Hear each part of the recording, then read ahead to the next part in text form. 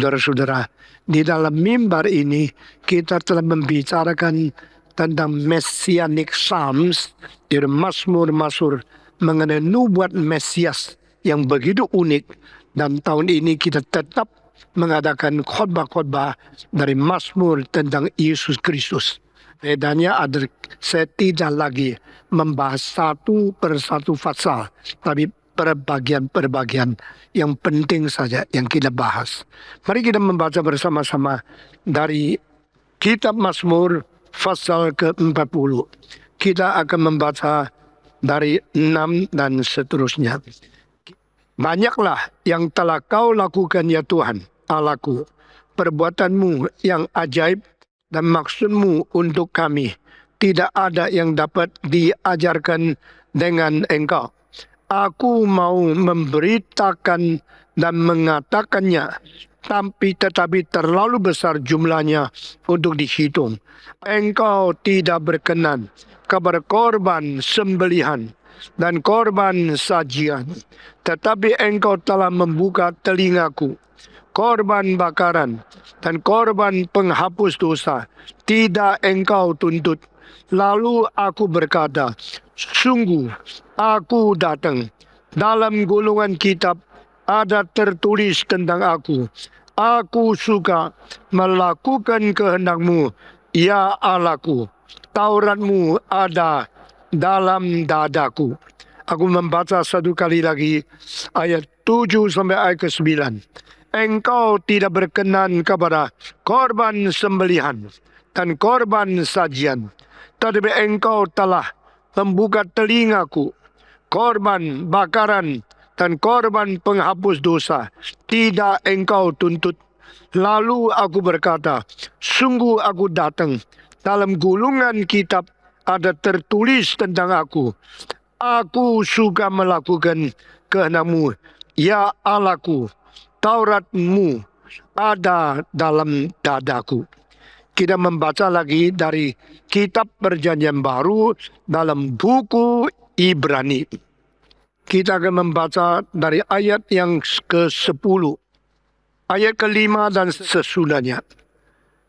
Karena itu ketika ia masuk ke dunia, ia berkata, korban dan persembahan tidak engkau kehendaki, tetapi engkau telah menyediakan tubuh bagiku.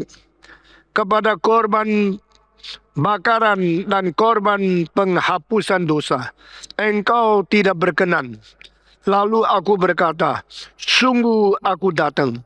Dalam gulungan kitab ada tertulis tentang aku, untuk melakukan kehendakmu, ya Allahku.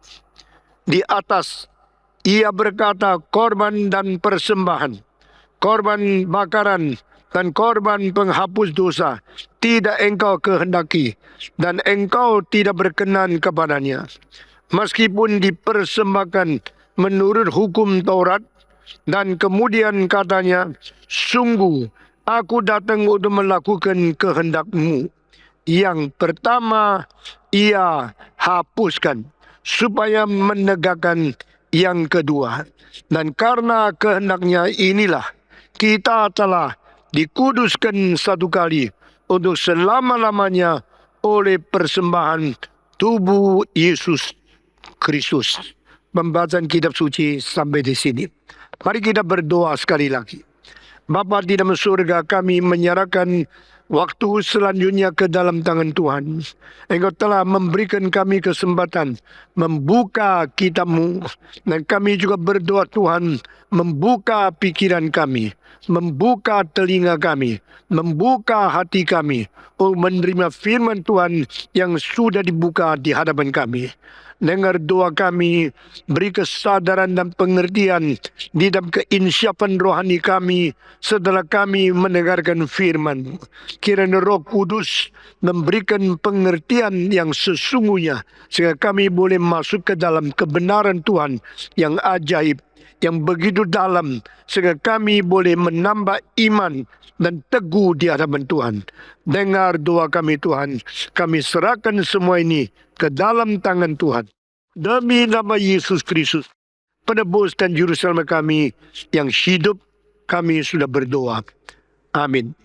Saudara-saudara, kita sudah beberapa bulan memikirkan tentang nubuat-nubuat di dalam Mazmur tentang apa yang akan terjadi 1000 tahun kemudian, yaitu tentang Yesus Kristus yang dikirim masuk ke dalam dunia ini. Mengapakah 1000 tahun sebelumnya sudah tercantum hal-hal yang akan dan pasti terjadi pada waktu Yesus datang ke dalam dunia? Karena yang terjadi di dalam hidup Yesus Kristus ada rencana yang ditetapkan oleh Tuhan di dalam kekekalan. Tidak ada hal yang mendadak bagi Tuhan Allah. Tidak ada hal yang kebetulan bagi rencana Tuhan Allah. Semua itu sudah ditetapkan dan Tuhan yang mengetahui dari mula sampai akhir. Dari sebelum dunia diciptakan sampai akhirnya daripada seluruh sejarah adalah pengetahuan yang pasti dan tidak akan berubah. Itu sebab dikirimnya Yesus Kristus ke dalam dunia merupakan pemberian yang di dalam rencana kekekalan Allah. Dan apa yang akan terjadi di dalam hidup Yesus Kristus dari sejak dia lahir sampai dia dipaku di atas kayu salib, itu semua sudah berada di dalam rencana Allah. Maka Allah ingin memberitahu kepada manusia tentang apa yang direncanakan untuk kebajikan di mana umat manusia yang berdosa boleh kembali kepada Dia. Segala sesuatu sampai mendetail sudah diketahui oleh Tuhan dan Tuhan rela menyatakan itu kepada orang-orang yang dipilih untuk mereka mengerti isi hati Tuhan. Saudara-saudara, itulah sebab kalimat-kalimat tentang apa yang akan terjadi di dalam hidup Yesus Kristus adalah begitu teliti, begitu sempurna, begitu mendetail, sudah dicatat di dalam perjanjian lama. Tetapi yang mencatat sendiri tidak tahu. Karena yang mencatat itu adalah dilahirkan 1000 tahun sebelum Yesus datang ke dalam dunia. Maka mereka di dalam sejarah tidak mengetahui apa mungkin terjadi. Tetapi di hadapan Allah tidak ada hal yang mendadak. Sehingga Allah yang merencanakan segala sesuatu juga ada Allah yang mempaparkan itu kepada kaum pilihannya yang khusus untuk mengerti firman Tuhan. Saudara-saudara, Messianic Psalms atau Mazmur Mesianis merupakan salah satu macam bentuk literatur yang khusus indah, yang khusus ajaib adanya. Sehingga waktu engkau membaca Mazmur, engkau melihat tersimpan rahasia keselamatan yang diberikan oleh Tuhan yang sudah diberikan kepada para nabi, khususnya pemazmur. Saudara-saudara, kita sudah membicarakan tentang Mazmur pasal 2, Mazmur pasal 8, Mazmur pasal ke-15, Mazmur pasal ke-22, bual 3, 24, dan Mazmur ke-34. Semua teratur sudah dibicarakan. Dan hari ini kita masukkan pasal ke-40. Satu pasal yang khusus mempunyai keunikan sendiri. Bicara mengenai persembahan di dalam perjanjian lama. Dan korban di dalam diri Yesus Kristus. Saudara-saudara, persembahan di dalam perjanjian lama dituntut di dalam Taurat supaya orang Israel melakukannya sebagai satu syariat beragama yang boleh memperkenan di hadapan Tuhan. Orang Israel harus memberikan persembahan melalui korban-korban binatang yang disembelih. Supaya darahnya dialirkan, hidupnya dicurahkan, dan dosa manusia boleh tebus melalui korban yang diserahkan kepada Tuhan. Hal ini sama dengan banyak agama-agama yang lain. Bahkan sampai hari ini, kita melihat setiap tahun ada hari raya yang sering terjadi di sekitar kita. Waktu hari raya itu tiba, kita melihat di pelosok-pelosok seluruh kota Jakarta, banyak kambing-kambing yang dibawa dekat tempat teman untuk dijual. Lalu siapa yang beli? Orang yang beli. Beli kambing, beli binatang untuk apa? untuk disembelih. Mengapa binatang itu harus disembelih? Karena mereka mau memberikan binatang itu untuk disajikan, dikorbankan kepada Tuhan yang mereka anggap adalah Allah. Dan mereka memakai itu untuk menjadi tanda bersedekah kepada orang-orang miskin. Boleh ikut menerima daging yang dimakan di dalamnya. Saudara-saudara, korban yang berada di dalam agama-agama yang lain mempunyai cara yang mirip dengan korban-korban yang ditulis di dalam kitab suci, yaitu melalui binatang yang dikorbankan, manusia boleh berkenan di hadapan Tuhan Allah. Karena manusia adalah orang yang berdosa, manusia adalah orang yang bersalah kepada Tuhan, maka Tuhan menuntut manusia harus melakukan hal bersangkut paut dengan korban di dalam upacara agama. Saudara-saudara, di dalam Alkitab kita melihat ada 5 macam korban yang diberitakan oleh Musa kepada orang Israel. Sehingga korban-korban itu menjadi satu pengantara di tengah-tengah Allah dan manusia, supaya Tuhan berkenan kepada manusia dan manusia membayar sesuatu. Saudara-saudara, manusia perlu pengorbanan yang disebut korban penebusan dosa. Berarti melalui korban, dosa manusia tidak diingat oleh Tuhan dan semua kesalahan diampuni oleh Tuhan, dan manusia boleh hidup berdamai dengan Tuhan lagi. Dengan membayar korban yang dibunuh, maka manusia dihindarkan dari penghukuman dari Tuhan, dan penebusan dosa berjalan di atas diri manusia. Nah, saudara-saudara sekalian, ini dijalankan setiap hari, bahkan setiap tanggal 1, tanggal 15 di dalam setiap bulan, dan bertahun-tahun tidak habis-habis. Harus dilakukan di dalam upacara perjanjian lama. Siapakah yang memberikan korban? Manusia. Siapa yang menerima korban? Tuhan. Siapa yang menjalankan upacara pengkorbanan? Imam. Saudara-saudara, imam menjadi orang yang mewakili Tuhan, menerima korban yang diberikan oleh manusia, dan manusia memberi korban untuk menyatakan ibadah kepada Tuhan Allah. Ini adalah peraturan di dalam perjanjian lama. Saudara-saudara, ini terus dijalankan beribu-ribu tahun, tidak pernah berubah, sampai satu hari muncul satu ayat di dalam Mazmur yang mengatakan, engkau tidak berkenan kepada korban ini. Engkau tidak terima korban-korban dari binatang-binatang ini. Dan engkau sudah membuka telingaku, aku sudah dengar dengan jelas. Atau terjemahan melalui Septuaginta, engkau sudah sediakan tubuh bagiku. Nah, saudara-saudara, terobat yang begitu drastis ini memberitahu kepada kita ada sesuatu rencana yang terselubung di dalam acara pemberian korban, yang sesungguhnya bukan korban itu yang diperkenan oleh Tuhan. Allah yang menerima korban mendadak membiarkan satu kalimat ini muncul. Sebenarnya engkau bukan mau korban itu. Sebenarnya korban bakaran dan korban penebusan tidak berkenan kepadamu.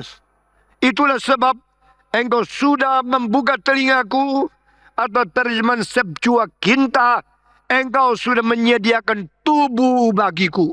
Apa artinya? Di sini mengandung satu konsep mesianis yang lebih penting daripada banyak ayat-ayat tentang Mesias dan nubuat-nubuat tentang Kristus datang ke dalam dunia. Sampai memuncak kita mengerti ada penggantian yang konkret, yaitu bukan binatang, tetapi anak Allah sendiri.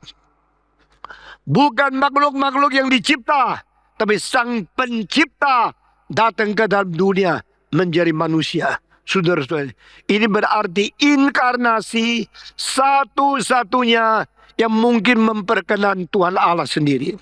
Inkarnasi satu-satunya yang dipakai untuk menjadi pengganti dosa yang boleh menebus manusia di hadapan Tuhan Allah. Saudara-saudara, dengan keadaan seperti ini, Maka apakah artinya korban yang setiap hari diberikan, yang setiap tanggal 1, tanggal 15 dikorbankan, dan setiap bulan, setiap tahun disajikan di hadapan Tuhan beribu-ribu tahun. Berarti ini semua akan berhenti dan penggantian itu akan datang. Waktu penggantian kalau sudah datang, maka semua upacara di dalam semua korban di dalam Taurat, di dalam perjanjian lama akan menjadi sia-sia belaka adanya. Bolehkah orang Israel menerima keadaan drastis seperti ini? Bolehkah mereka menerima bahwa semua korban yang harus dikerjakan setiap hari, setiap bulan, setiap tahun itu menjadi sia-sia dan tidak berarti lagi? Nah, saudara-saudara, jangan heran orang yang sudah terbiasa melakukan kewajiban dan kebiasaan agama mendadak melihat ini semua menjadi sia-sia. Mereka sulit menerima. Maka tidak heran orang-orang Farisi pada waktu perjanjian baru begitu mendengar tentang Yesus Kristus, mereka merasakan sesuatu perubahan besar akan datang, dan mereka sudah pasang kuda-kuda untuk melawan Yesus, menolak apa yang diajarkan Yesus. Dan Yesus pun tidak berkompromi. Dia harus menjalankan kehendak yang kekal untuk menggantikan upacara yang sementara. Saudara-saudara, upacara-upacara yang sementara itu adalah syariat-syariat Taurat yang sebenarnya dilakukan dengan rajin. Tapi itu hanya mengingatkan kembali bahwa kita berdosa. Kita berdosa. Kita berdosa. Kita perlu pengganti. Perlu pengganti. Perlu pengganti. Dan orang-orang Israel merasakan pengganti sudah ada. Itu domba. Domba yang disembelih setiap hari. Setiap tanggal 1, setiap tanggal 15, setiap bulan, setiap tahun, khususnya hari Grafirat yang besar. Yang tanggal 1 bulan ke-7, tanggal 10 bulan ke-7 di dalam almanak orang Yahudi. Itu ada hari Grafirat, ada hari penebusan yang agung, di mana seluruh Israel akan ditebus dosa oleh memberikan korban kepada Tuhan Allah. Saudara-saudara, ini ada sesuatu kebiasaan yang sudah baku, yang sudah begitu menentu, sehingga tidak perubahan apa-apa. Ini harus dilakukan sebagai mutlak oleh orang-orang Yahudi di dalam perjanjian lama. Tapi ada satu hari, ada seorang berkata, Tuhan, sebenarnya itu bukan maksudmu. Tuhan, Engkau tidak berkenan korban-korban itu. Engkau tidak nuntut korban pembakaran. Engkau tidak menuntut korban penebusan. Engkau tuntut adalah saya sebagai tubuh yang disediakan menjadi pengganti bagi semua ini.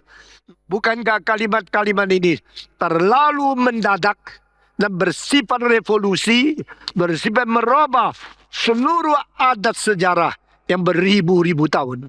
Saudara-saudara, apakah arti daripada pasal 40 Mazmur ini satu revolusi, satu penyataan yang baru bahwa Allah sebenarnya lain dengan apa yang dipikirkan dan lain dengan apa yang dibayangkan oleh orang Yahudi. Allah memerlukan daging daripada domba. Allah memerlukan persembahan daripada binatang. Dan Allah setiap tahun tuntut domba-domba yang dibunuh, binatang-binatang yang disembelih, darah yang dialirkan. Karena Allah perlu daging-daging ini. Allah perlu darah-darah ini. Sampai pada pasal 40 Mazmur mendadak mengatakan, no, that is not what you need. That is what you demand. You never demand this. This is not your original meaning. Makna Tuhan yang sesungguhnya. Tuhan tidak perlu darah. Tuhan tidak perlu domba. Tuhan tidak pernah makan daging itu. Tuhan tidak perlu pengkorbanan itu. Pengkorbanan itu adalah makna, simbol yang memberikan isyarat bahwa dosa manusia perlu ditebus. Itu saja. Kalau dosa manusia perlu ditebus, cara sesungguhnya penebusan itu apa? Mari kita mengerti dengan sesungguhnya rencana Allah di dalam kekekalan.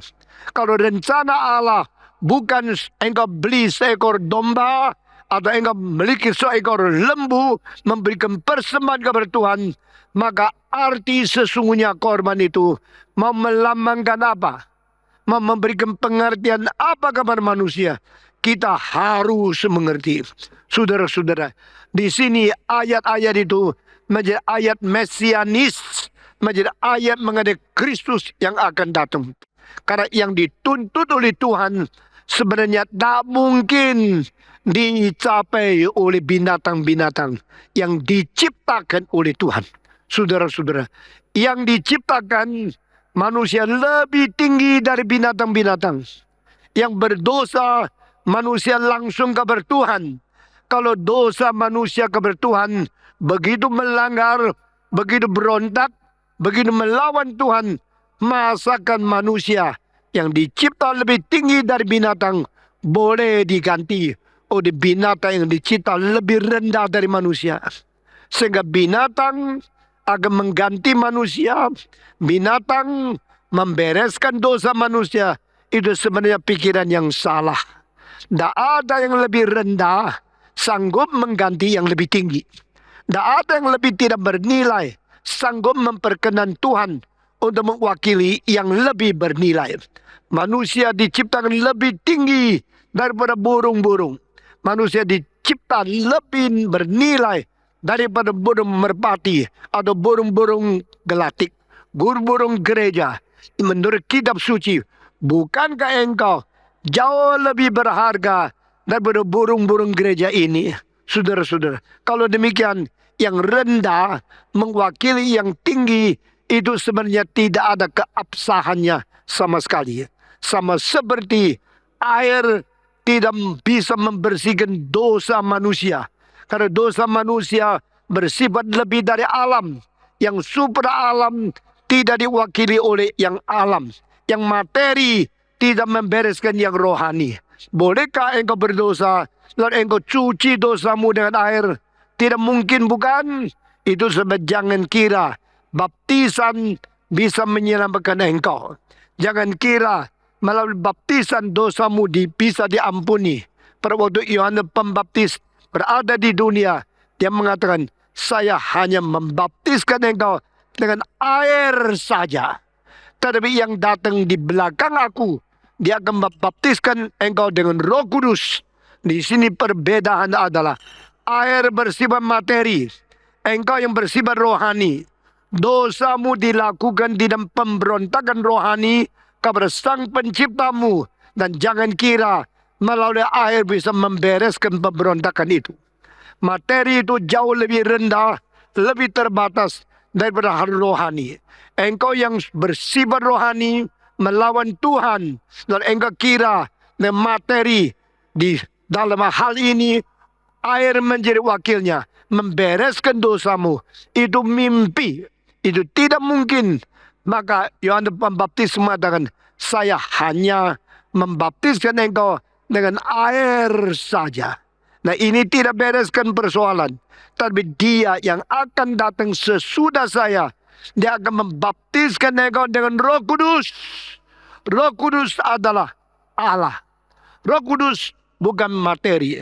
Roh Kudus supra alam. Roh Kudus lebih daripada alam. Hal yang kau lakukan bukan di dalam dunia materi. Yang kau berontak kepada Tuhan ada dunia rohani. Hal rohani tidak bisa dibereskan dengan hal materi. Hal supra alam tidak bisa dibersihkan dengan hal alami. Itu sebab yang lebih daripada engkau, yang mempunyai kekuatan membereskan engkau, membersihkan engkau, mengampuni dosamu, itu ada Tuhan Allah sendiri. Maka air tidak membaptiskan, tidak membersihkan, tidak menebus dosa manusia. Yang membersihkan kita, menebus dosa kita adalah kuasa Tuhan Allah sendiri. Di dalam hal ini, Allah Bapa Juru Selamat, Allah Anak kiriman Tuhan yang berwujud sebagai manusia menjadi Juru Selamat, dan Allah Roh Kudus sendiri memberikan keselamatan kepada kita melalui jasa yang dilakukan Yesus Kristus yang pernah jelma menjadi manusia. Itu sebab aku membaptiskan engkau dengan air saja. Ini tidak akan membereskan engkau, tapi dia yang datang membaptiskan engkau dengan Roh Kudus. Dia yang membereskan tentang dosamu. Saudara-saudara, ini semua mengandung arti yang begitu jelas, bahwa jangan kira melalui syariat-syariat agama, melalui fakta-fakta daripada yang disebut materi, kita membereskan hal rohani, hal rohania, hal supramaterial, hal supra alamiah, hal yang kekal. Itu sebab demikian persembahan-persembahan artinya di dalam 3 lapisan ini sama. Persembahan yang diberikan melalui materi, di sini diwakili oleh domba, kambing, dan lembu, sapi, tidak membereskan dosa manusia. Kalau engkau memberikan persembahan domba, sapi untuk memperkenan Tuhan, Tuhan akan tanya, yang berdosa adalah kamu yang dicipta menurut peta teladan Allah. Engkau adalah manusia lebih tinggi daripada segala binatang. Kalau engkau sudah berdosa, mungkinkah binatang yang dicipta lebih rendah daripada manusia boleh mengganti manusia lalu berkenan kepada Tuhan? Apakah engkau kira manusia nilainya lebih rendah daripada binatang, sehingga dengan binatang bisa mengganti nilainya? Tapi hidup manusia yang sudah melanggar hukum dari Tuhan, itu tidak mungkin. Saudara-saudara, dengan demikian mari kita melihat kitab suci ada hal lompatan. Kalau kita di sini, binatang di bawah kita, kita pakai binatang membereskan urusan kita, itu tidak mungkin. Tuhan mau pakai lompatan itu hanya dari lebih tinggi dari manusia, baru bisa mewakili manusia yang lebih bernilai daripada manusia, yang bisa menjadi nilai mengganti manusia. Maka domba dan lembu, darahnya belum pernah bisa menghapuskan dosa manusia. Kalimat ini akhirnya muncul di buku Ibrani. Sekarang saya melihat, mau mengerti perjanjian lama, engkau baca perjanjian lama. Mau mengerti makna sesungguhnya perjanjian lama, engkau mesti membaca perjanjian baru.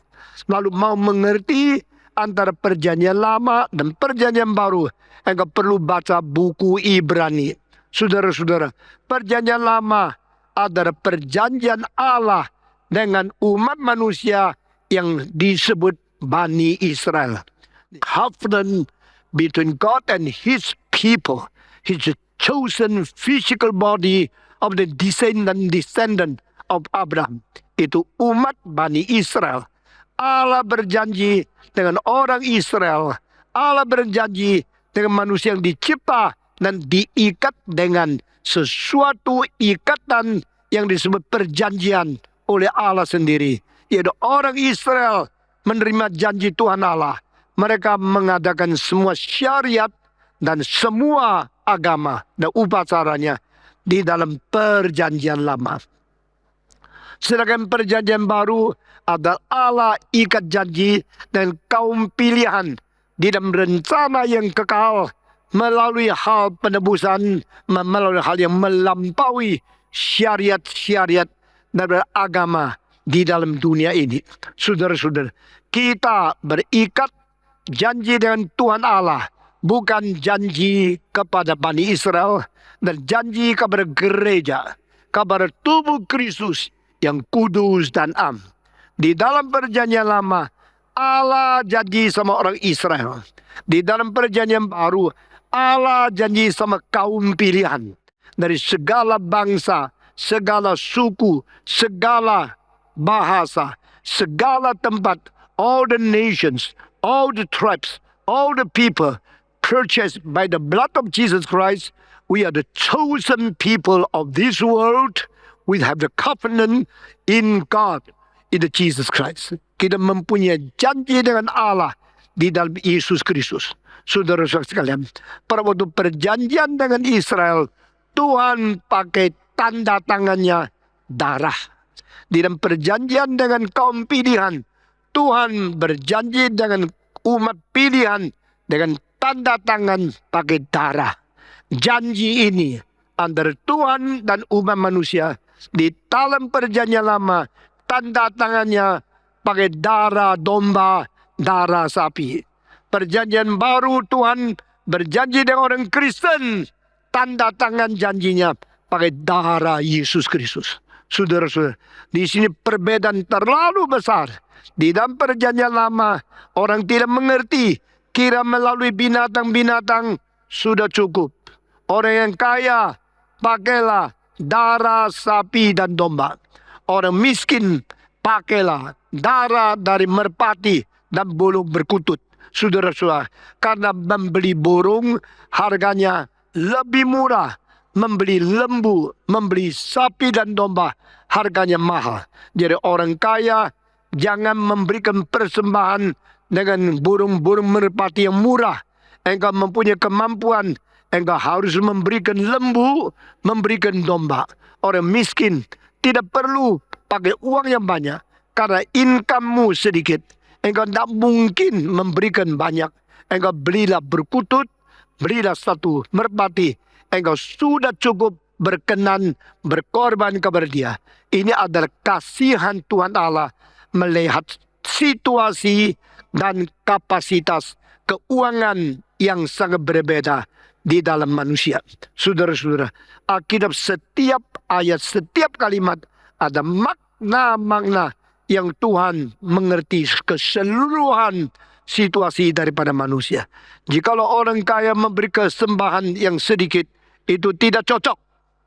Orang miskin disuruh memberikan persembahan yang banyak juga tidak boleh. Karena Tuhan mengetahui situasi manusia yang berbeda-beda. Tapi masing-masing mesti ukur sendiri bagaimana memberikan persembahan kepada Tuhan. Nah, saudara-saudara, di dalam memberikan persembahan, setiap persembahan ada makna-maknanya sendiri. Ada persembahan sayur-sayuran, tumbuh-tumbuhan, ada persembahan berkorban dari binatang. Ada korban mengenai penebusan dosa, ada korban hanya mendatangkan perdamaian dan sebagainya.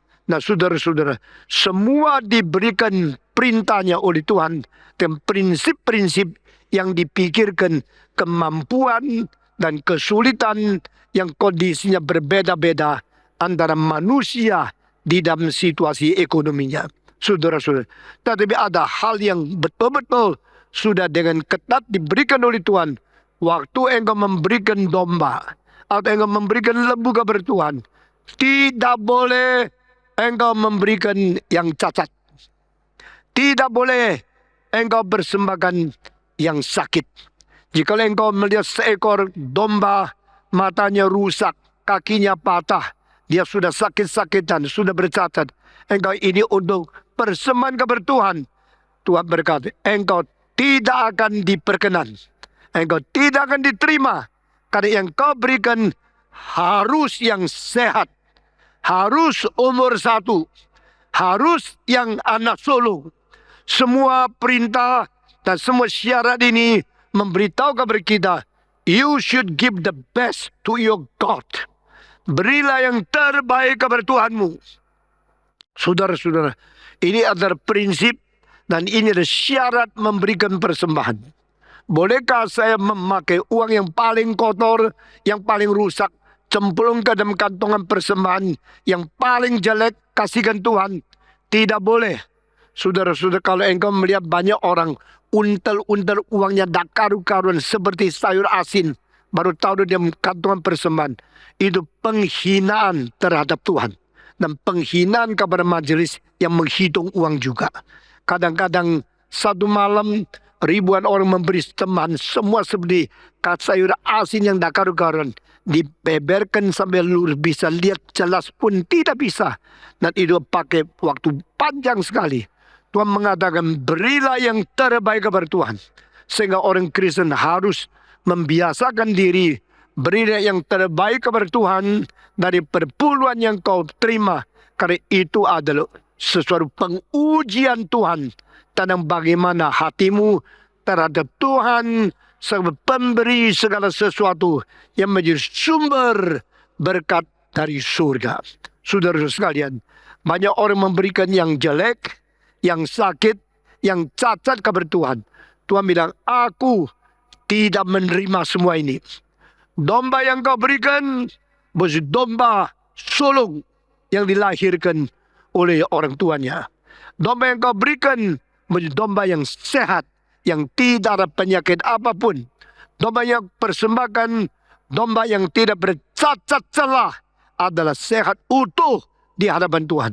Engkau bilang, toh harus mati. Kenapa memberikan yang terbaik lalu dibunuh mati?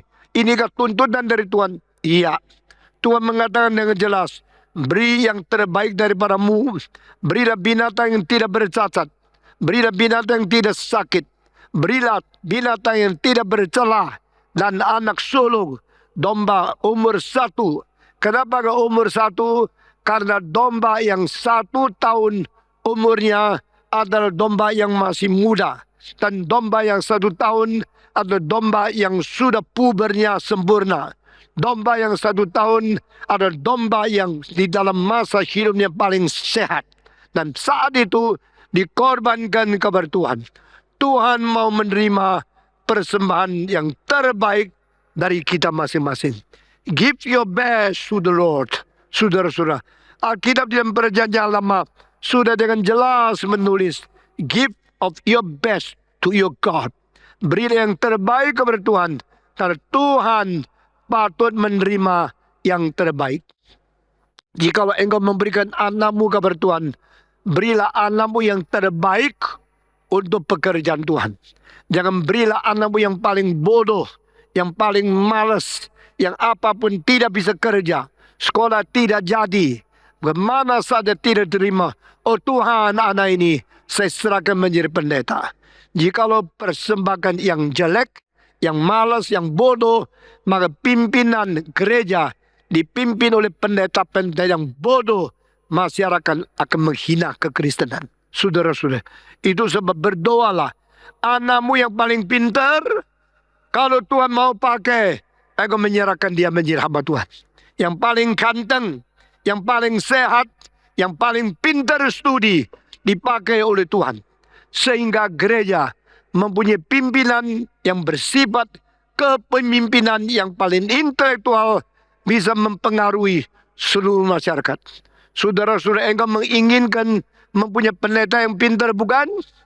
Engkau inginkan mendengar khotbah yang pikirannya jelas, tajam, dan pikirannya inovatif, pikiran yang mempunyai kreatif yang luar biasa, bukan? Jikalau engkau menginginkan dipimpin oleh pendeta yang pintar-pintar, coba tanya, kenapa engkau tidak menyerahkan anakmu yang paling pintar untuk menjadi hamba Tuhan?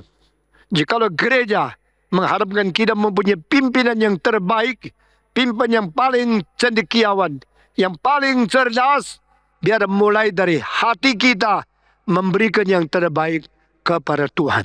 Saudara-saudara, sudah terlalu banyak cerita mengenai anak pertama pintar sekolah, dia jadi bankir. Anak kedua pintar berpikir, biar dia menjadi seorang cendekiawan, seorang sastrawan, atau seorang yang pintar dagang. Tetapi anak yang paling bodoh, yang paling malas, yang paling lemah, oh Tuhan, terimalah dia jadi pendeta. Tuhan mengatakan, rupamu, anakmu seperti begini baru suruh saya pakai. Tahu tidak, semua anakmu yang berikan saya memberikan anak kepada engkau, engkau sepatutnya memberikan yang terbaik kepada aku. Hari ini saya menantang semua orang Kristen GRI, doakan anakmu yang paling pintar kalau Tuhan mau pakai. Doakan anakmu yang paling cerdas kalau dia menjadi pendeta. Kalau Tuhan mau pakai, dia berhak. Hak apakah bankir mendapatkan anakmu yang paling pintar? Hak apakah pemerintah mendapatkan orang paling pintar? Mereka hanya seorang hamba masyarakat yang berpuluh-puluh tahun saja. Mereka hanya cukong-cukong yang hanya berapa puluh tahun harus mati saja. Kalau mereka yang menjadi cukong, yang menjadi itu bos-bos di dunia, berhak memakai orang yang paling pintar, saya berkata kepadamu, Allah sang pencipta langit dan bumi mempunyai kualifikasi lebih tinggi, mempunyai hak lebih mutlak untuk memakai orang yang paling pintar di dalam dunia. Kalau orang-orang yang menjadi hamba Tuhan adalah orang yang bodoh, orang yang kurang pintar, itu sebenarnya gereja dihina oleh orang-orang kaya di dunia ini. Orang kaya melihat hamba Tuhan, tahu apa? Sekolah tidak bisa, kerja apa tidak bisa, hanya bisa jadi pendeta. Saya bertanya kepada orang yang paling kaya di Indonesia, maukah engkau tinggalkan pekerjaanmu, jangan menjadi bos real estate, lalu jadi pendeta di sini. Saya kasih berapa puluh juta satu bulan. Dia ketawa saja. Dia kalau di luar bisa dapat ratusan miliar. Buat apa menjadi pendeta di GRI? Sebeli Stephen Tong dapat uang yang sedikit. Saudara-saudara, yang menjadi hamba Tuhan bukan karena tidak ada jalan, baru masuk gereja mendapatkan ongkos yang sedikit. Ada kemungkinan menjadi orang paling pintar, paling berpengaruh di dunia, tapi rela menyerahkan semua itu, mengutamakan Tuhan, lalu dia melayani di dalam gereja. Saudara-saudara, saya mengetahui saya bukan orang terlalu biasa. Kalau saya mau kerja di dalam bidang-bidang lainnya, saya mampu menjadi orang yang terkemuka di dalam masyarakat. Saya mampu mengerjakan hal yang sangat bermutu di dalam dunia ini. Tapi saudara-saudara, karena panggilan Tuhan, karena kebutuhan kerajaan Tuhan, maka saya akhirnya menetapkan, menyerahkan semua menjadi hamba Tuhan. Dan saya juga memanggil dia orang yang paling pintar, yang paling intelek, yang paling mampu belajar, yang mempunyai inovasi, kreatif yang paling tinggi, menyerahkan diri menjadi hamba Tuhan. Saudara-saudara, jikalau engkau orang yang bermutu kelas pertama, engkau jadi hamba Tuhan, bukan engkau kehilangan kemampuan, engkau tetap sama, karena engkau di dalam bidang yang lain bisa nonjol di dalam keadaan melayani Tuhan. Engkau pun bisa menonjol, tapi menonjolnya bukan untuk faedah, bukan untuk sesuatu benefit, bukan untuk keuntungan bagi dirimu sendiri. Engkau nonjolnya untuk kemuliaan Tuhan. Saudara-saudara, Tuhan berkata, berilah yang terbaik daripada engkau kepada saya. Give of your best to the Lord. Kita semua pernah menyanyi lagu itu. Berilah yang terbaik padaku. Berilah yang terbaik padaku. Itu bukan nyanyian kosong yang kita sambil bernada, kita sambil menipu sendiri. Itu adalah satu tuntutan yang berdasarkan kitab suci. Give your best to the Lord. Saudara-saudara, ini adalah mutu dan ada syarat persembahan. Waktu engkau memberikan persembahan kepada Tuhan, ingatlah, berikan dirimu sendiri, berikan anakmu sendiri, berikan yang kau miliki dari Tuhan. Karena segala sesuatu berasal dari Tuhan, maka kita harus kembalikan kepada Tuhan, milik Tuhan kembali kepada Tuhan. Belongs to God, is give to Him. Yang punyanya Kaisar, berilah kepada Kaisar. Which one is belong to Caesar, you give it to Caesar. Yang milik Kaisar, kembali kepada Kaisar. Yang milik Tuhan, kembali kepada Tuhan. Tahun ini, mari kita dengar kalimat ini. Tahun ini, saya mau memberikan yang terbaik kepada Tuhan. Saya mengutamakan Tuhan. Mengutamakan kerajaan Tuhan. Mengutamakan kebenaran Tuhan. Barang siapa yang mencari kerajaan Tuhan dan mencari kebenaran Tuhan terlebih dahulu, maka Tuhan akan memberikan yang terbaik juga untuk orang ini. Saudara-saudara, ini semua firman Tuhan. Jangan main-main dengan kitab suci. Jangan seperti orang kafir kira doa dengan suara yang banyak pasti diterima oleh Tuhan. Dengan kira memberikan sembarangan persembahan pasti diberkati oleh Tuhan. Allah kita adalah Allah yang paling tinggi, dan Dia adalah Allah yang patut menerima semua. Apakah yang kita persembahkan Tuhan nikmati? Sebenarnya Tuhan tidak pernah menerima 1 rupiah pun dari persembahan kita. Dia serahkan untuk di dunia mengerjakan pekerjaan Tuhan. Saudara-saudara, persembahan kita berikan kepada Tuhan. Tidak ada malaikat yang bawa uang ke surga lalu dipakai oleh Tuhan beli Rolls Royce di situ. Tidak. Tuhan tidak perlu Rolls Royce. Tuhan tidak perlu Mercy, BMW. Tuhan tidak perlu akan helikopter. Tuhan tidak perlu agen Boeing. Tuhan tidak perlu apapun di dalam surga. Karena dia adalah sang pemilik langit dan bumi. Tapi Tuhan mau pakai uangmu, uangku, untuk melebarkan kerajaan Allah di dunia ini. Saudara-saudara, orang mendengar Injil perlu peronggosan penginjilan. Uangmu dipakai di situ. Orang miskin perlu dibantu. Uangmu dipakai di situ. Penginjilan perlu uang. Pekerjaan Tuhan perlu uang. Yang melayani Tuhan perlu uang. Semua uang yang kita persembahkan dipersembahkan kepada Tuhan, dan Tuhan pakai untuk pekerjaan Tuhan di dalam dunia ini. Saudara-saudara, kita punya anak. Kita harap anak kita dapat pekerjaan yang baik, dapat ongkos hidup yang cukup, maka kita masukkan dia ke company-company yang mempunyai kemungkinan membayar yang cukup baik. Demikian Tuhan mempunyai company-nya dia, the kingdom of God in this world. Tuhan mempunyai kerajaannya di dunia ini. Dan Tuhan juga mau memakai orang-orang pintar dan sebagainya. Dan semua itu perlu uang yang kita persembahkan kepada Tuhan. Saudara-saudara, satu kali saya banyak orang datang, ribuan orang dengan khotbah saya. Dan yang datang pendeta-pendeta naik sepeda. Semua sepedanya sudah berkarat, sudah tua, sudah hampir rusak. Datang ikut kebaktian di situ. Lalu saya tanya, saudara-saudara, engkau ingin mendapatkan pendeta kelas 1? Semua yang ingin. Kita harus mendapat pendeta yang pintar, pendeta yang mempunyai pikiran yang tinggi, mempunyai bakat bicara yang cukup jelas, dan mempunyai kemampuan untuk memimpin. Saya bilang, saya lihat engkau memberikan gaji kelas 5 untuk pendeta-pendetamu. Hak apa engkau mendapatkan pendeta kelas 1?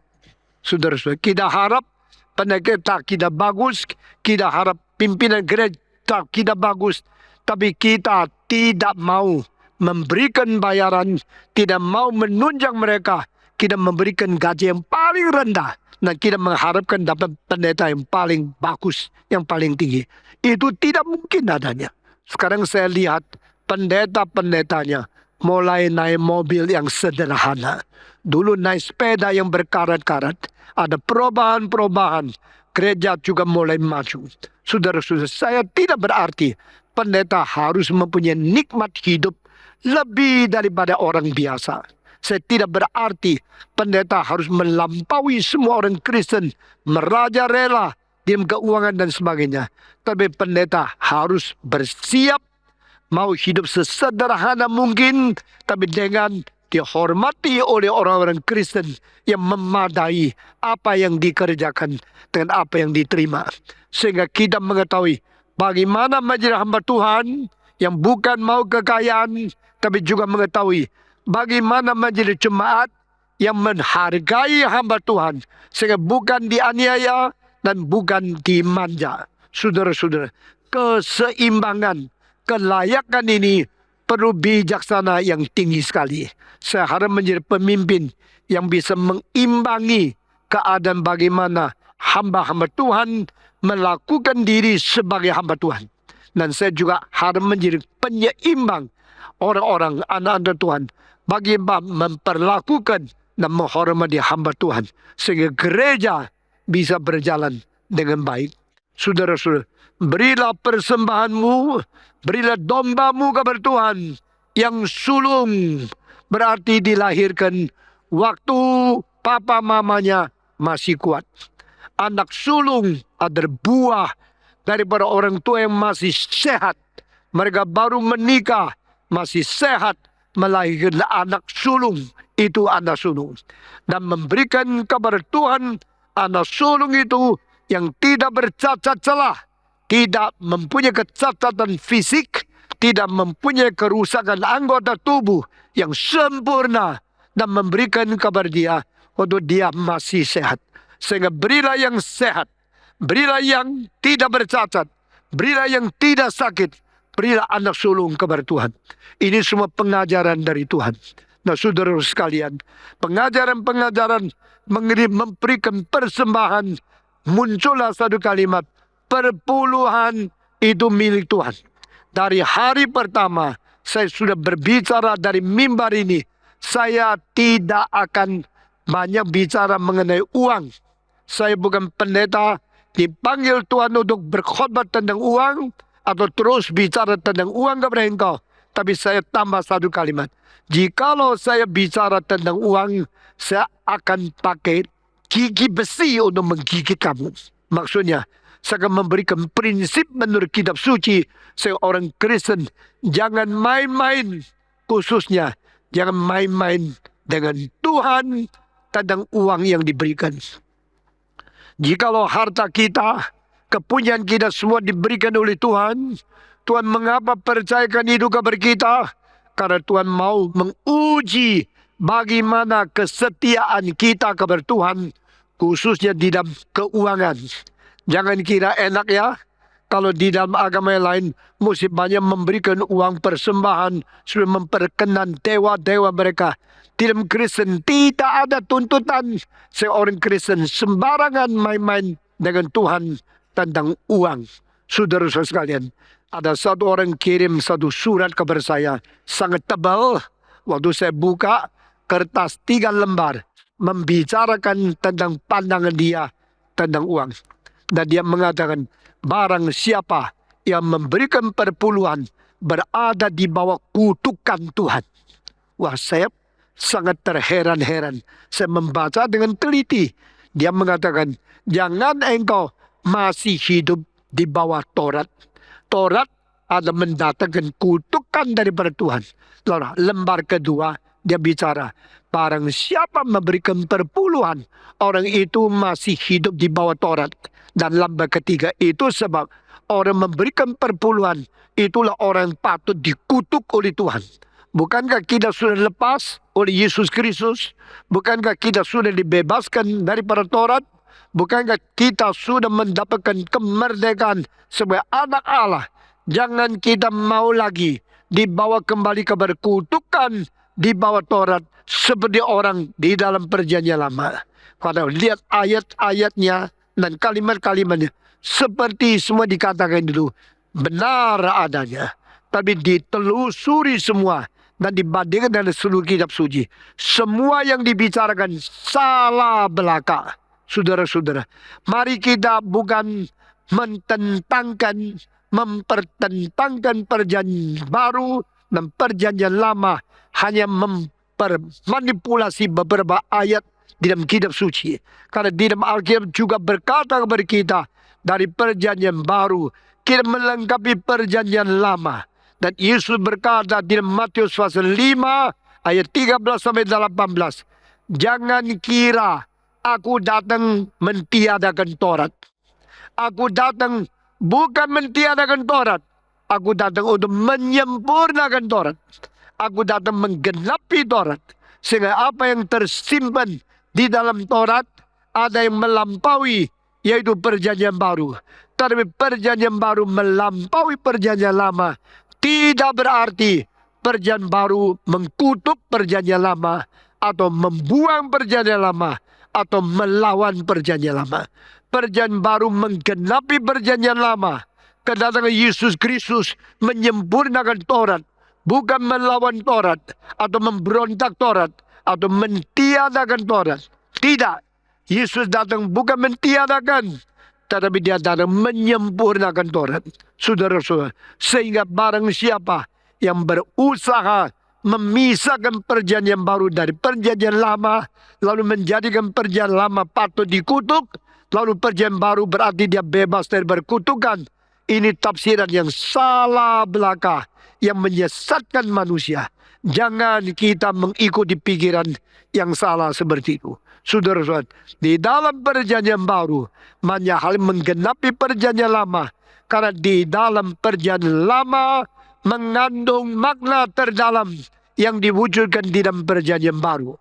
Dan di dalam perjanjian baru menggenapi apa yang sudah dituntut dan apa yang sudah dinubuat di dalam perjanjian lama secara berlembaga, secara sepenuh, sematang-matangnya.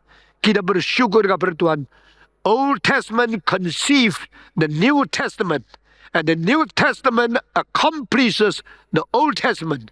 perjanjian lama mengandung perjanjian baru. Dan perjanjian baru menyempurnakan, menggenapi perjanjian lama.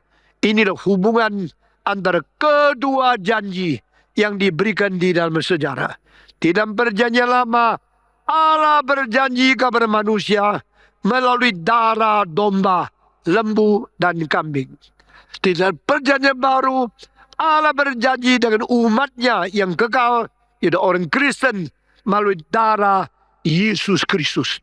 Dua-duanya perjanjian ditanda tangan oleh Tuhan Allah sendiri.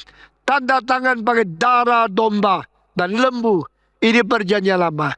Tanda tangan dengan darah Yesus Kristus. Inilah keselamatan yang disiapkan. Saudara-saudara sekalian, itu sebab di dalam perjanjian lama mereka memberikan persembahan.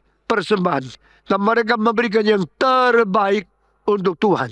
Memberikan yang paling baik, yang paling sempurna kepada Tuhan. Engkau bilang itu di dalam Taurat. Sebenarnya belum Taurat diberikan, sebelum 10 hukum dikasih tahu kepada kita, sudah ada kalimat-kalimat di dalam falsafah tertentu yang menanggung persembahan perpuluhan. Hari ini saya akan memberikan 2 contoh yang penting bagaimana persembahan perpuluhan diberikan kepada Tuhan sebelum Musa menerima Taurat, sebelum adanya perjanjian lama. Pertama ada kasus Abraham. Abraham pada satu hari mendengarkan di tanah di mana dia berada terjadi peperangan antara 4 raja yang melawan 5 raja. Sesudah itu akhirnya raja-raja berperang. 9 raja mewakili 9 negara masyarakat yang kecil berperang satu dengan lain. Akhirnya ada yang menang, ada yang kalah. Nah di antara peperang itu 5 raja itu kalah sama 4 raja. Dan anak ponakan dia ditawan oleh raja-raja yang menang dan menjadi tawanan. Saudara-saudara, waktu laporan ini datang kepada Abraham, Abraham langsung mengatakan, saya akan pergi perang lagi dengan raja-raja yang menang itu. Saya akan menolong keponakan saya, Lot, keluar dari tangan raja-raja yang melawan dia. Siapa Abraham? Bukan Abraham seorang Kristen biasa. Dia tidak biasa. Dia seperti raja. Di rumahnya sendiri mempunyai tentara 318 orang. Saudara-saudara, di rumahmu ada pembantu, ada jongos, ada babu, tapi tidak ada serdadu, bukan? Di rumahnya Abraham ada 318 serdadu laki-laki yang bisa pakai pisau, yang bisa berperang. Sehingga saya boleh mengatakan Abraham kedudukannya sama seperti raja-raja yang berperang pada zaman di mana dia berada. Dia juga adalah seorang raja di antara masyarakat zaman kuno itu. Abraham mempunyai rumah berapa besar? Kita tidak tahu. Kalau rumah Abraham bisa memelihara 318 sapan yang pakai senjata, bayangkan, engkau punya sapan menjaga rumahmu, 2 orang sapan tinggal rumahmu, dan ada istri. Engkau mesti ciptakan kamar untuk sapan yang punya istri tinggal di rumahmu. Bagaimana kalau rumahmu ada sapan 318 orang, dan dengan istri anak, engkau mesti sediakan berapa kamar untuk mereka. Ini semua yang kita biasanya baca kitab suci, kita tidak perhatikan. Saya kasih tahu, di antara kita semua di sini, tidak ada satu orang lebih kaya dari Abraham. Siapakah anggota GRI yang mempunyai sapan 318, yang ada senjata, yang bisa diperintah oleh berperang, langsung membentuk batalion pergi untuk berperang. Waktu Abraham mengatakan, sekarang semua terorganisir, saya bawa engkau pergi perang, saya jenderalnya, ikut saya. Langsung mereka semua pikul senjatanya, mengikut Abraham pergi berperang. Dan di dalam peperangan itu dengan sangat gampang akhirnya mengatakan Abraham menang atas beberapa raja itu. Dan dia menawan barang-barang yang banyak dari mereka. Dan anaknya Lot yang ditawan dilepaskan. dibawa kembali. Abraham menang. Lot anak muda yang kurang ajar. Lot kira pamannya itu orang biasa. Tidak tahu, dia pikir saya bisa sendiri, saya bisa melawan dengan pamanku, saya bisa bebas sendiri. Dan dia menghasut supaya pelayan-pelayan dia berani berontak kepada pelayan-pelayan daripada Abraham. Abraham melihat di dalam matanya, ini anak muda kurang ajar. Waktu papanya mati, dia masih anak piatu. Dari kecil saya besarkan dia, sehingga dia lama-lama saya berikan kepada dia kemungkinan berdagang, dia sukses, dia mempunyai pembantu seperti saya mempunyai pembantu. Abraham sendiri punya pembantu ratusan. Lot juga mempunyai pembantu ratusan. Sama seperti mertua kasih modal sama orang-orang menantu. Dan menantu juga berdagang supaya seimbang dengan mertuanya mulai berkembang. Tetapi si pemuda ini kurang ajar sama paman. Dia berani berontak pada paman, menghasut bawahannya untuk berkelahi dengan bawahan daripada pamannya. Pamannya bukan seorang bodoh.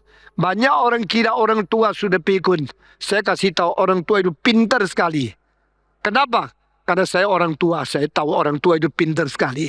Saudara-saudara, apa yang kau alami, saya alami. Apa yang kau pikirkan, saya pikir lebih tuntas. Dari dulu saya sudah pikir, tapi orang tua itu kadang-kadang sakit-sakit, sehingga tidak terlalu bersemangat.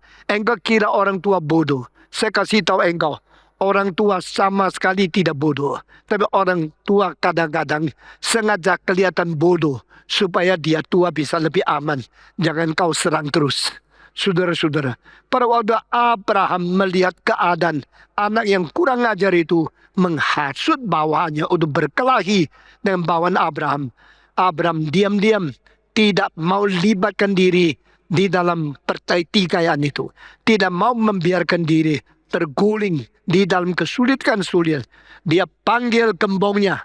Dia panggil Lot. Hei Lot, sini. Lot datang kepada dia. Ada apa, paman? Saya kasih tahu ya.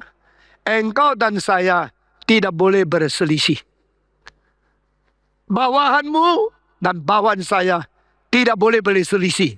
Wah, ini perintah orang tua yang mengerti pertikaian timbul daripada anak muda yang menghasut. Tapi dia tidak mengatakan salahmu di mana. Cuma katakan tidak boleh. Engkau dan paman jangan berselisih. Bawahanmu sama bawahan saya jangan berselisih. Caranya bagaimana? Kita pisah saja. Engkau kira di bawah saya sulit, silakan pisah. Memerdekakan, silakan. Sama seorang mertua bilang sama menantunya, engkau mau menjadi bos sendiri, silakan. Engkau perlu banyak uang, saya memberikan kepada engkau. Kita pisah. Mulai hari ini perdagangan tidak usah campur lagi. Engkau tidak usah dikuasai saya. Saya tidak lagi memerintah segala sesuatu. Engkau biarkan memperkembangkan kebolehanmu sendiri. Lalu dua orang itu pisah. Waktu dua orang itu pisah, orang tua menjadi teladan yang baik. Dia berkata kepada keponanya, jika engkau mau ke kanan, saya ke kiri. Kalau engkau mau di dataran, saya ke pegunungan. Engkau yang pilih. Artinya apa? Orang tua hatinya cukup besar, baru perdamaian itu tercapai. Banyak anak muda tidak mengerti, kira orang itu sudah tua, boleh dikerjain sembarangan, boleh dihina, diinjak-injak, atau ditendang-tendang. Kau sudah tua, kau cukup, kau sudah waktunya pensiun. Maka sekarang zaman saya, biar saya yang merajalela. Orang tua itu melihat, hei, engkau anak muda mau begitu, silakan. Engkau mau kanan, saya ke kiri.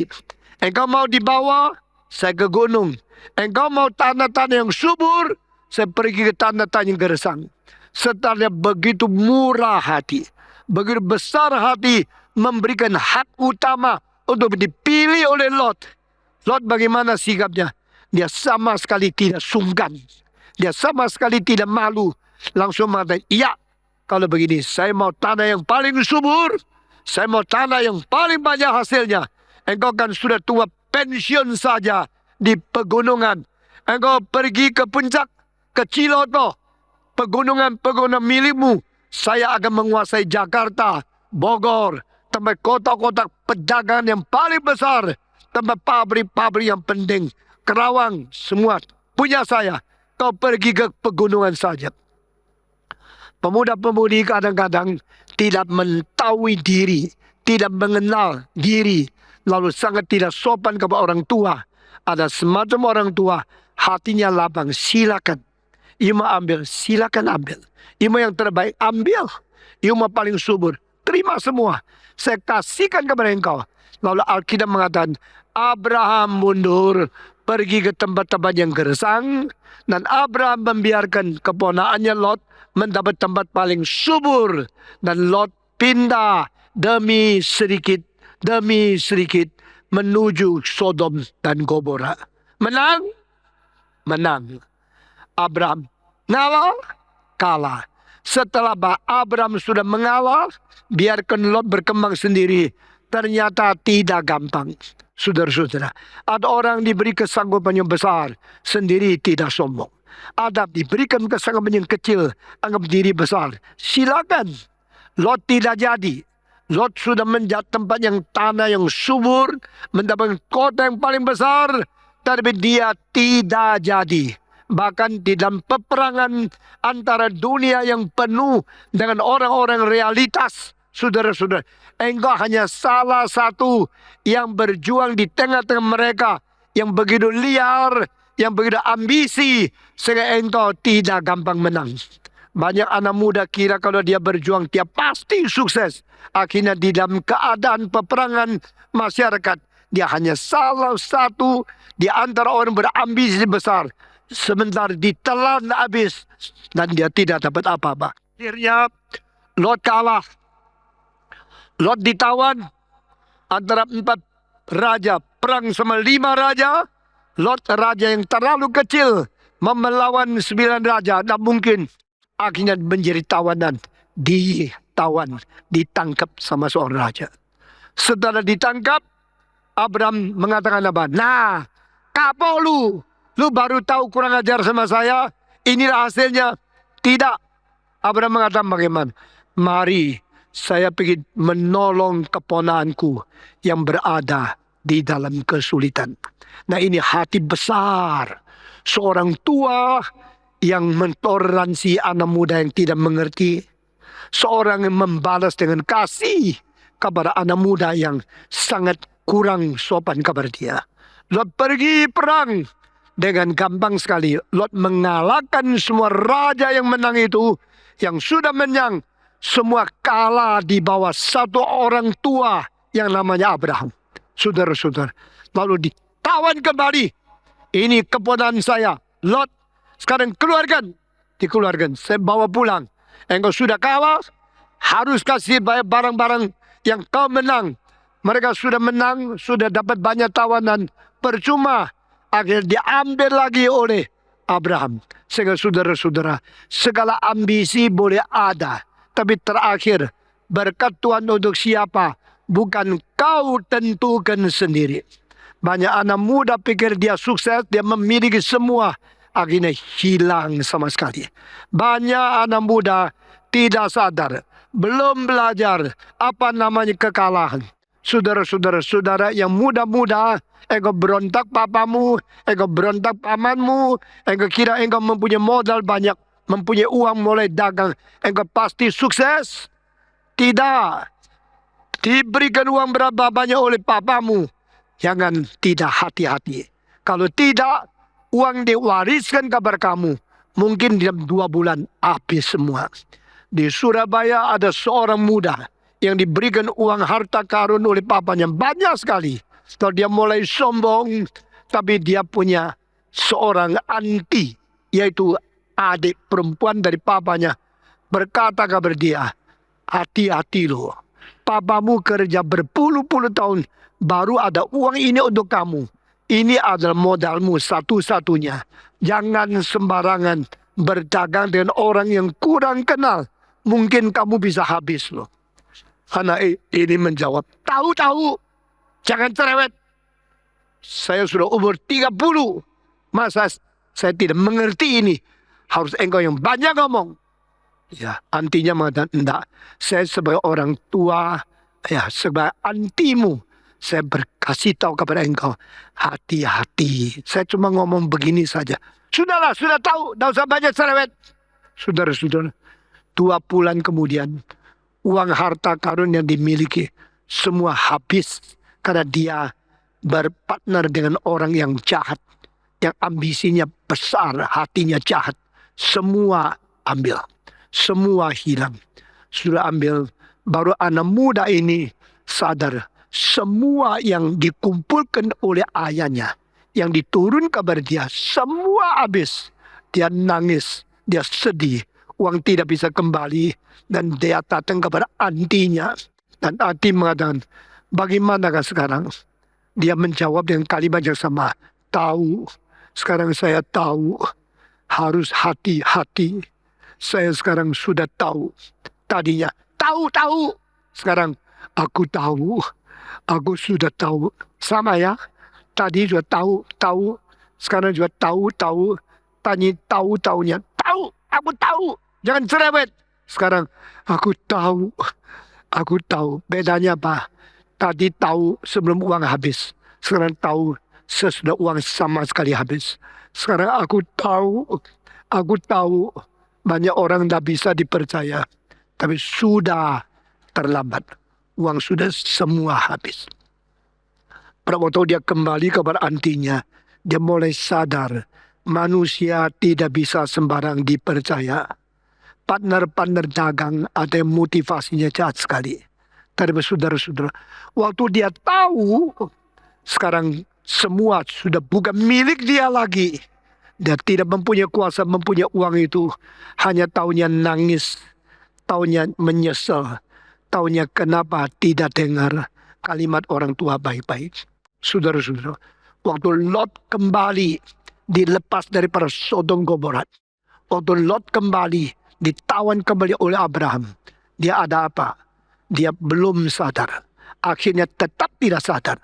Saudara-saudara. Dan Abraham hatinya terlalu lebar. Luas membiarkan dia. Saudara-saudara. Setelah Abraham menawan semua barang yang penting. Sudah mengeluarkan Lot. Waktu dia pulang ke rumah sendiri. Di tengah-tengah jalan. Abraham menemukan seorang tua. Yang namanya Melkisedek. Nah sekarang saudara yang sudah pernah baca kitab suci itu, sekarang dengar baik-baik. Melkisedek keluar menyambut Abraham. Setelah peperangan 5 raja dan 4 raja selesai. Lalu banyak yang ditawan. Lalu perang lagi antara Abraham dengan membawa 318 serdadu memerangi 4 raja. Dan dia menang lagi. Waktu Abraham menang, dia sebenarnya seperti raja. Alkitab tidak tulis Abraham seperti raja.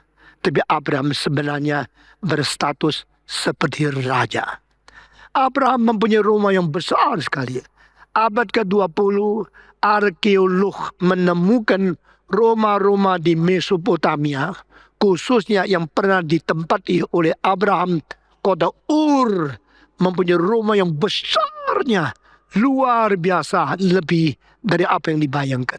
Dan rumah yang pernah ditemukan yang terbesar, kamarnya 158. Saudara-saudara, saya minta tanya, kamarmu berapa besar? Jangan sombong. Saya tadi katakan, di GRII tidak ada satu anggota yang rumahnya, yang kekayaan lebih daripada Abraham. Dan dia waktu itu ada 4.000 tahun sebelum sekarang. 4.000 tahun sebelum sekarang. Tanah itu dimiliki oleh siapa? Tidak ada lawannya. Abraham mempunyai tanah yang banyak. Abraham mempunyai rumah yang banyak. Abraham mempunyai kamar yang banyak. Kamar yang paling besar, yang paling banyak, itu ditemukan oleh arkeologi. Di abad ke-20, 158 kamar. Abraham pasti mempunyai ratusan kamar untuk bisa mengisi sapan yang begitu besar. Sehingga dia mempunyai bala tentara yang begitu kuat, bisa perang beberapa raja. Dan semua raja dikalahkan. Waktu dia pulang ke rumahnya, di tengah-tengah jalan, Serdadu-serdadu jalannya capek karena bawa barang banyak sekali. Bawa barang apa? Barang hadiah kemenangan. Setelah mereka menang, mereka dapat hadiah yang banyak sekali. Tawanan penuh, semua kereta, gerobak, semua kuda, semua itu semua menghela dan menanggung begitu banyak berat bawa pulang. Waktu mereka pulang sampai tengah jalan, ada seorang tua yang rambutnya putih sekali, jenggotnya panjang sekali, datang ke perjalanan yang besar dan dia mulai menyambut, Abraham, welcome home with your victory. Engkau disambut karena kemenanganmu, kembali ke rumahmu. Aku menerima engkau. Aku menyambut engkau. Siapakah dia? Dia Melkisedek. Melkisedek siapa? Alkitab kasih dua nama kepada dia. Dia adalah Raja Salom. Kedua, dia adalah Imam Allah yang tertinggi. Saudara-saudara, zaman itu orang kafir banyak, raja banyak. Tapi yang menjadi Raja Shalom cuma satu.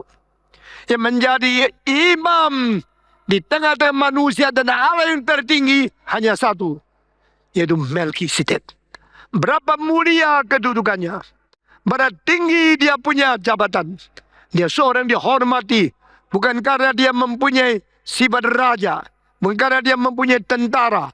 Bukan karena dia mempunyai jabatan sebagai imam besar. Dia adalah seorang yang menjadi pendamping Tuhan dan menjadi pengantara antara manusia dan Allah. Itu semua manusia bersembah sujud kepada Allah melewati Melkisedek. Orang memberikan persembahan kepada Tuhan melewati Melkisedek. Sehingga dia adalah satu-satunya pengantara di seluruh bumi. Zaman dia berada di tempat Mesopotami sebagai pengantara di tengah manusia dan Tuhan Allah. Semua orang menghormati dia. Menghormati Melkisedek disebut 5 sebut. 5 sebutan ini tidak pernah dimiliki oleh siapapun di dalam sejarah kecuali Melkisedek sendiri. Pertama, dia tidak mempunyai ayah. Kedua, dia tidak mempunyai ibu. Ketiga, dia tidak mempunyai awal. Keempat, dia tidak mempunyai akhir. Kelima, dia tanpa silsilah. Saudara-saudara, no father, no mother, no beginning, no ending, and no historical life family. Tidak ada silsilahnya. Apakah artinya 5 hal ini? Berarti dia umurnya terlalu panjang, terlalu tua, dihormati sampai tidak ada orang tahu papanya siapa, mamanya siapa, tanggal lahirnya siapa, mungkin matinya kapan, dan tidak tahu sumbernya keluarga dia daripada tribe, dari suku apa, karena tidak ada silsilahnya. Saudara-saudara, Alkitab mencatat 5 hal ini. No father, no mother, no beginning, no ending, no family tree. Ini berarti dia mewakili Yesus Kristus. Kenapa kan 5 hal ini mewakili Yesus Kristus? Karena Yesus hidup di dunia ini tidak ada ayah secara dia punya sifat jasmania. Yesus tidak ada ibu secara sifat ilahinya. Yesus tidak ada permulaan karena dia bukan hanya lahir di dunia baru ada. Sebelum lahir di dunia, dia sudah dilahirkan dalam kekekalan. Kapan? Tidak bisa diketahui. Dan tidak ada akhirnya. Yesus setelah mati bangkit lagi. Dan tidak akan mati lagi untuk selama-lamanya. There is no one like Jesus. No father, no mother, no beginning, no ending, and no family tree. Saudara-saudara, Yesus tidak bersilsilah lain seperti yang lain. Kalau kita mempunyai silsilah, kita terus menelusuri. Terakhir adalah Adam. Tapi Adam bukan nenek pertama dari Yesus. Dari Yesus sebelum Adam, dia sudah ada. Sehingga no beginning. Nah, engkau bilang hari kiamat, semua mati, selesai. Waktu itu Yesus tidak selesai. Karena hidup untuk selama-lamanya. No ending. No father. Dia punya sifat ilahi. Tidak perlu ibu. Karena Allah Bapa adalah Bapa dia. Dan kita tidak tahu di mana ibunya. Maria adalah ibunya, tapi kita tidak tahu siapa bapaknya. Karena Maria menerima naungan Roh Kudus sehingga mempunyai rahim yang diisi dengan Kristus dari kekal sampai kekal. Sehingga secara sifat ilahi Yesus tidak perlu mama. Secara sifat manusia Yesus tidak perlu papa. Secara kekekalan dia tidak perlu permulaan. Secara akhiran dia tidak ada hari matinya. Sampai selama-lamanya Yesus mempunyai 5 hal yang sama seperti Melkisedek. Kita bersyukur kepada Tuhan yang memiliki 5 hal, hanya satu orang, yaitu Melkisedek. Dan pada waktu Abraham perang menang, dapat banyak tawanan, kembali ke rumahnya. Di tengah jalan orang tua ini dengan rambut yang panjang dan jenggot yang putih. Welcome home. Oh Abraham, I bless you. Dia datang menyambut Abraham dan memberikan berkat kepada Abraham. Abraham berani ketemu dia dengan tangan kosong? Tidak. Abraham datang bersyukur kepada Tuhan dan menerima berkat daripada Melkisedek. Dan Abraham mengeluarkan barang yang disita, barang sebagai hadiah peperangan dari kemenangan dia. Dia memberikan yang terbaik. Di dalam semua yang diterima, 10% dipilih yang terbaik, diberikan kepada Melkisedek. He give among all the captures, the 10%, the best things to be offered to Melkisedek. Abraham memberikan yang terbaik daripada uang, harta yang dia terima di dalam peperangan yang menang. 10% yang terbaik diberikan kepada Tuhan dan diserahkan kepada Melkisedek. Alkitab mengatakan dia berlutut di hadapan dia, menyembah Melkisedek dan mencium kakinya. Dia saudara-saudara, dia begitu menghormati Tuhan, begitu menghormati hamba Tuhan. Dia bukan sembarangan menghadapi Tuhan sebagai sampah, menghadap gereja sebagai tempat untuk menerima sampah. Begitu banyak orang yang sudah tidak pakai barangnya, telepon pendeta, gereja perlu pakai tak? Saya ada meja yang tidak pakai, silakan ambil. Datang ambil sendiri ya pendeta. Tidak loh. Abraham memberikan yang terbaik daripada pepuluhan yang diterima sebagai berkat Tuhan kepada Melkisedek. Itu sikap memberikan persembahan yang terbaik kepada Tuhan. Ini pertama kali. Kedua kali, anaknya Abraham, Ishak. Anaknya Ishak, Yakub. Waktu Yakub dikejar oleh kakaknya Esau, mau dibunuh. Dia hari itu melarikan diri. Waktu dia melarikan diri sampai di tengah-tengah belakang belantara, dia ambil satu batu menjadi bantal dia dan tidur di tempat terbuka di dalam padang belantara. Waktu malam itu dia tidur, dia memimpi ada satu tangga dari langit turun ke bumi, menyambung antara Tuhan dan manusia. Langit dan bumi, ada satu tangga yang begitu tinggi turun dari surga kepada dia. Ini mewakili jalan dari Tuhan untuk menembusi bumi ini. Tuhan mau bersatu dengan manusia. Allah mau bergabung dengan manusia melalui inisiatif Allah yang menurunkan anugerah kepada manusia. Saudara-saudara, the way between God and man is not started from man, started from God. The ladder to connect earth and heaven is not man-made, tapi God-made. Ini dikerjakan oleh Tuhan, turunkan tangga itu dari surga ke dunia. Ini melambangkan Kristus turun dari surga.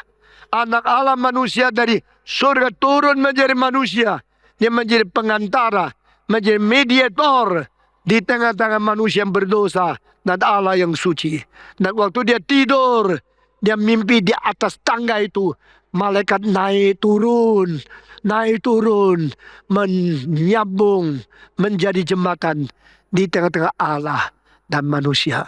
Saudara, ini konsep yang pertama kali Alkitab mencatat hubungan manusia dan Allah dimulai dari Tuhan yang mengirim tangga, mengirim jalan dari surga kepada dunia. Yang akibatnya dikonfirmasi kepada Yesus Kristus yang berkata, I am the way, I am the truth, and I am the life. No one come to the Father but by me. Di mana Yesus berkata, akulah jalan, kebenaran, dan hidup. Tidak ada seorang pun yang kembali kepada Bapa kecuali dengan aku.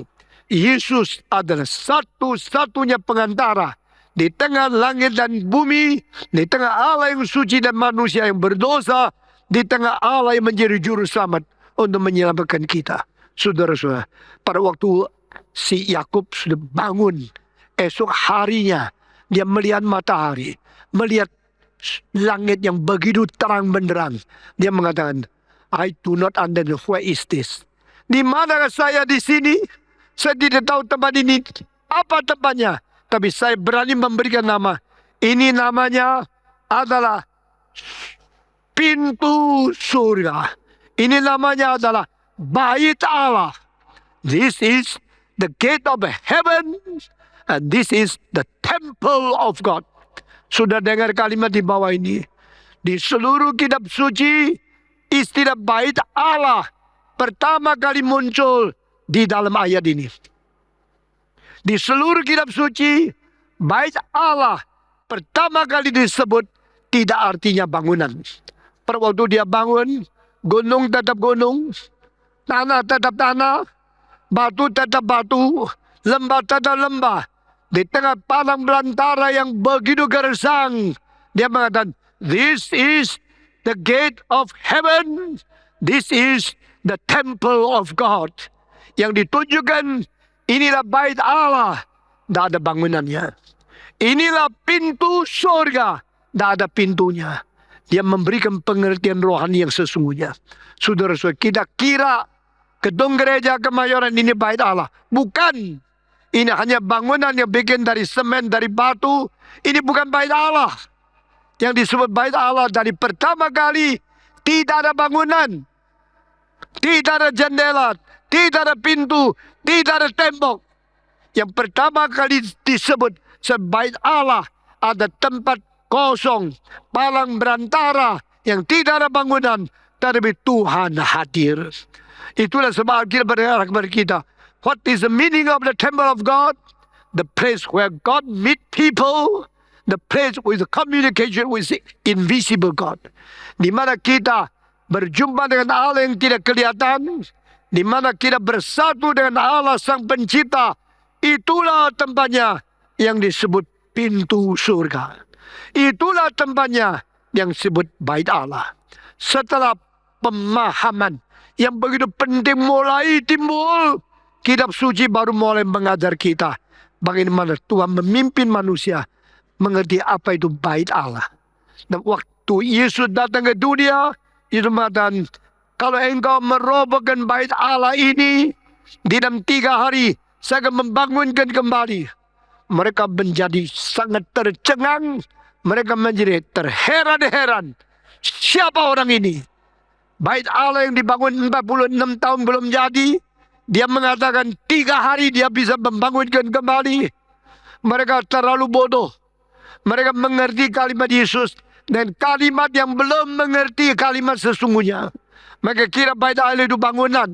Mereka kira Bait Allah itu batu. Bait Allah itu adalah bangunan yang dibikin oleh tangan manusia. Tetapi seperti apa yang dikatakan Yesus Kristus, you robohkan Bait Allah ini, dan 3 hari saya akan membangunkan. Yang ditunjuk bukan Bait Allah yang dibangun 46 tahun belum jadi oleh Herodes. Yang Yesus katakan adalah tubuh Kristus, inilah Bait Allah. Saudara-saudara, di dalam Kejadian, waktu Yakobus pertama kali mengucapkan inilah Bait Allah, tidak ada bangunannya. Belum pernah ada satu bangunan yang dibangunkan. Pada waktu Yesus mengatakan, engkau robohkan bangunan ini, artinya juga bukan bangunan yang dibangun oleh Herodes. Tubuh Kristus yang inkarnasi. Ia mau membunuh saya. Ia mau merobohkan bangunan ini.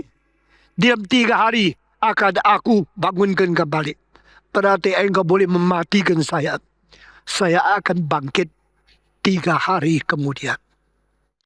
Orang Israel, orang Palestina tidak mengerti arti rohani sesungguhnya. Mereka kira Yesus sedang bermain-main. Yesus mengatakan, robohkan bait Allah ini. Dalam 3 hari saya akan bangunkan kembali. Please kill me. You murder me. You hang me on the cross. You curse me. You put me in death. I will be resurrected. Saya akan bangun kembali. Saudara-saudara, mari hari ini kita kembali kepada rencana Allah yang kekal.